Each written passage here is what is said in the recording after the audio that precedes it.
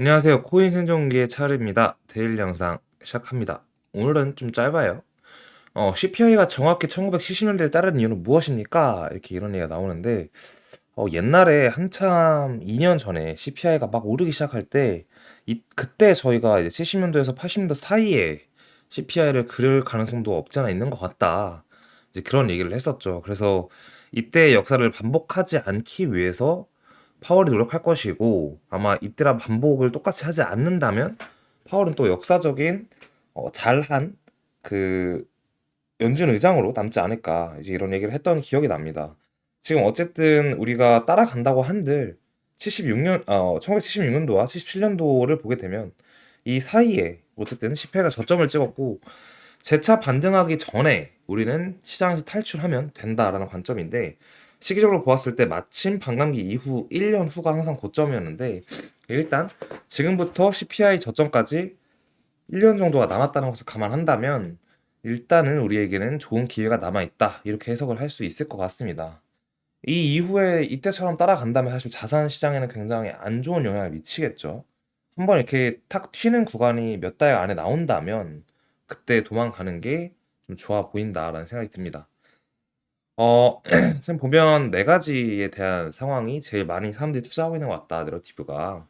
첫 번째는 AI고, 두 번째는 디핀이고, 세 번째는 게이밍, 그리고 네 번째가 RWA, 이렇게 얘기가 나오는데, 실제로 질문이 좀 많습니다. AI도 그렇고, 디핀도 그렇고, 게이밍도 그렇고, RWA도 그렇고. 근데 일단 이것뿐만 아니라 지금 전반적으로 지난 시간 동안 시장에서 쓰고 갔던 메타를 보면, 옛날에는 그 비트코인이 있었고, 그 다음에 비트코인 캐시와 함께 비트 파생들이 좀 있었고, 그리고 이더리움이 오르면서 이제 그 당시에 솔라나가 없었는데 에이다나 뭐 퀀텀이나 네오 같이 다른 레이어 1, 그리고 이 레이어 1 메타가 20년도 상승장에 21년도까지 해서 다시 한번 레이어 1이 돌았고, 21년 끝장에는 레이어 1과 레이어 2가 같이 돌았습니다. 그리고 레이어 2는 지금도 각광을 받고 있긴 하죠. 그런 상황이고, 이제서야 기술적인 업데이트가 좀 되고 등등 여러 가지 서비스가 나오면서 이제 AI나 디핀이나 게이밍, IW 이렇게 좀 더 섹터가 나눠지는 것 같은데, 이런 얘기를 왜 하냐면 섹터가 더 많아지면서 동시에 섹터의 어떤 그 트렌드, 시장의 자금이 쏠림 현상이 섹터마다 다 다르게 적용이 되고 있는 것 같아요. 너무 많은 섹터가 이제 생겨나고 있고 다 알지는 못한다, 알기 어렵다, 이런 생각이 듭니다. 그래서 본인이 좀 더 파고 싶은 섹터를 파는 게 어떨까라는 생각이 들어요. 사실 저희 채널 같은 경우에는 물론 이제 RWA도 알고 있긴 하지만 게이밍에 좀 더 많이 포커싱해서 요새 보고 있는 것 같고, 그 다음에 RWA로 보고 있는 것 같습니다. 그 다음에 AI고 디펜으로 보고 있는 것 같은데, 이거는 순서의 차이이지 어떤 게 먼저 오를지는 솔직히 잘 모르겠습니다. 근데 조금 더 관심을 가져야 되는 분야를 자기가 직접 잡는 게 좋아 보입니다. 한국에서는 RWA가 많이 나오고 있는 것 같아요. 근데 게이밍으로 잡은 저희는 음, 게임이 나쁘다고 생각하지도 않고, 오늘 아침에 기사를 마침 봤는데 전신 마비가 있는 사람인데 뇌에 컴퓨터 칩을 연결해서 게임을 하는 거를 마침 기사를 봤거든요. 그래서 되게 신기하다, 그런 생각을 했었는데, 전 세계 남녀노소 누구나 전문적 이해가 없이 할 수 있는 게 게임이라는 생각이 들어서 저희는 게임 쪽을 좀 보고 있는 것 같아요. 자, 그래서 갭이 이제 YG 대표죠, 코파운더가 한 얘기를 보면, 지난주 우리는 GDC에서 엄청난 한 주를 보냈다. 이 글을 보고 사실 깜짝 놀랐어요. 제가 이 GDC, 그러니까 게임 디벨로퍼 컨퍼런스, 게임 데프콘이라고 불렀는데, 뉴욕에서 이제 하고 미국에서 1년마다 이제 열리는데 올해는 샌프란에서 열린 것 같아요, 제가 알기로. 근데 보면 뉴욕타임스 및 뭐 디크립트에 소개되는 것부터 해서 픽셀이랑 해서 등등등 얘기를 했고, 로닌에서 YG를 출시했고 뭐 이런 얘기를 합니다.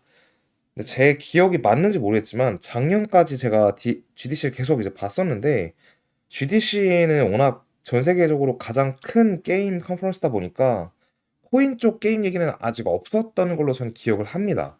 근데 올해는 GDC에서 어쨌든 이 크립토에 대한 게임 얘기도 했다는 게 저는 유의미한 것 같고, 지금 보면 그래서 이번 주는 훨씬 조용하겠지만 지금까지 수행한 작업을 하나로 묶어서 YG가 미래로 향하는 방향을 약간 설명한 글을 올릴 예정이다 해서 이번 주에 그런 얘기가 나온다고 하네요.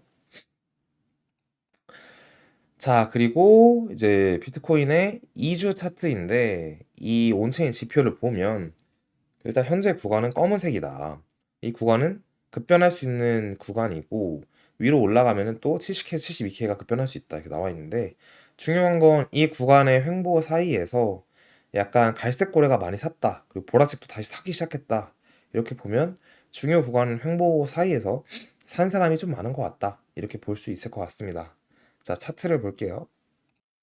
네, 비트코인 차트인데요. 일봉 먼저 볼게요. 일봉 먼저 보면 일단 이러한 상황으로 전개가 되고 있고 현재 이 저항선이었던 선이 어쨌든 약간 지지가 되어주면서 리테스트를 몸통으로 지속적으로 한 거를 볼 수가 있습니다. 그리고 반등이 나오고 있는데 현재 지난주 영상 마지막 영상에서의 내용을 복기를 좀 하자면 자, 요 하단 검정색 선을 기준으로 지지를 할 수 있고 이 선 지지할 시에 그냥 좋게 본다. 그리고 우리는 이 안에서 횡보하는 시간, 여기 박스 있죠? 여기서 횡보하는 시간을 좀 가질 것 같다라고 영상을 찍었습니다. 그리고 지난주에 이 꼬리 음봉의 꼬리를 거의 다 말아 올린 상태로 아래 꼬리를 길게 달고 마감을 할 수 있다.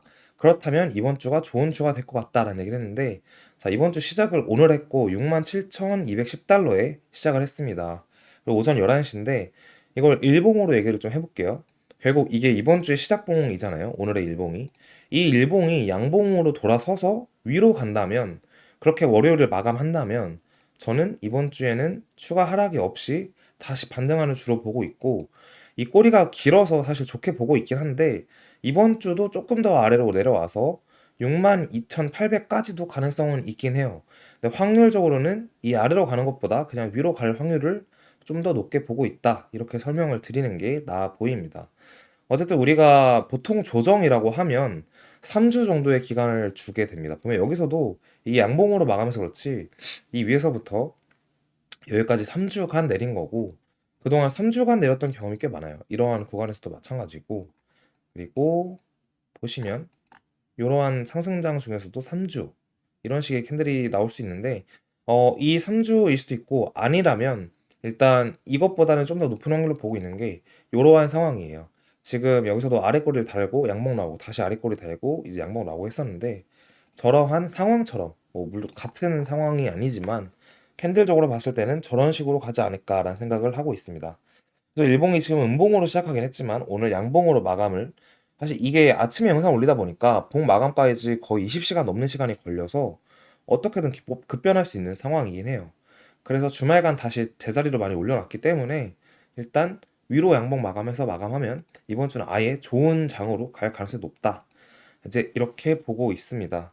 그리고 비트가 다시 만약에 7만 달러를 넘어서 7만 3천을 넘어간다면 도미너스 상으로는 조금 해석이 애매한데 이거는 보면서 수요일 금요일 영상에서 봐야 될 것 같고 당장은 한 번 더 도미너스를 올리면서 비트가 독주해도 이상하지 않다라는 생각을 하고 있습니다. 왜냐하면 반감기가 얼마 남지 않았기 때문이죠. 자, 그럼 여기까지 하고 일단 이번 주에 대해서는 이렇게 될 것 같다라는 얘기를 남겨드리고 마무리를 좀 하도록 하겠습니다. 감사합니다.